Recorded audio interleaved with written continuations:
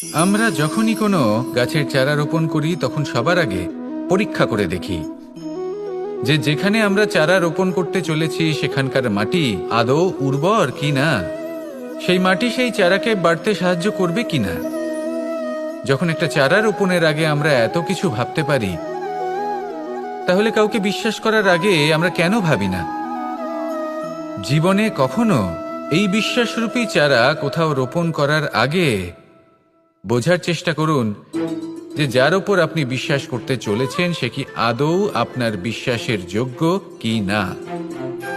ভেবে দেখুন সেই ব্যক্তি ভবিষ্যতে গিয়ে আপনার বিশ্বাস ভাঙতে পারে কি না।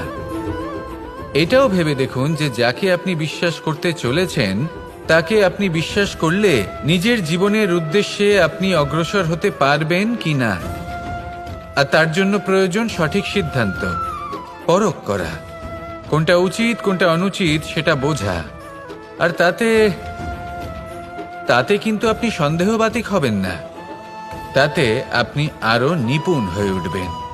তাই যদি আপনি নিপুণ হয়ে উঠতে চান তাহলে বোঝার চেষ্টা করুন, পরখ করে দেখুন, কোনটা উচিত কোনটা অনুচিত বুঝুন। আর বিশ্বাস তখনই করুন যখন আপনি 100% নিশ্চিত হবেন যে সে বিশ্বাসের যোগ্য।